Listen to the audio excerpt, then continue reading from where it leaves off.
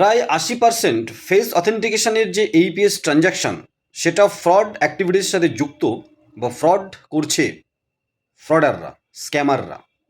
যেমনটা এইপিএস এর ক্ষেত্রে ফিঙ্গার ক্লোন করে এক জায়গার আইডি অন্যের নামের আইডি অন্য জায়গায় অন্য কেউ ইউজ করে ফিঙ্গার ক্লোন করে কিন্তু এইপিএস স্ক্যাম করছিল, ফেস অথেন্টিকেশনের মাধ্যমে সেই কাজটাই আবার 80 থেকে 85% স্ক্যামাররা কিন্তু করতে শুরু করেছে। তাই বিভিন্ন কোম্পানি আগেই বন্ধ করেছে এবং আমাদের ডিজনেক্সপেতেও কিন্তু ফেস অথেন্টিকেশন আপনাদের সবাইকে নোটিফিকেশান দিয়ে দেওয়া হয়েছে। যারা আপনারা টেলিগ্রাম চ্যানেলে আছেন, যারা আমাদের সাথে কানেক্টেড আছেন, কাজ করছেন, ম্যাক্সিমাম ফেস অথেন্টিকেশনের মাধ্যমে 2FA, টু ফ্যাক্টর অথেন্টিকেশন বা এইপিএস ট্রানজাকশন বা আধার পে ট্রানজাকশন এখন কিন্তু আর সিকিউরিটির জন্য বন্ধ রাখা হয়েছে। করবেন না, করতে পারবেন না।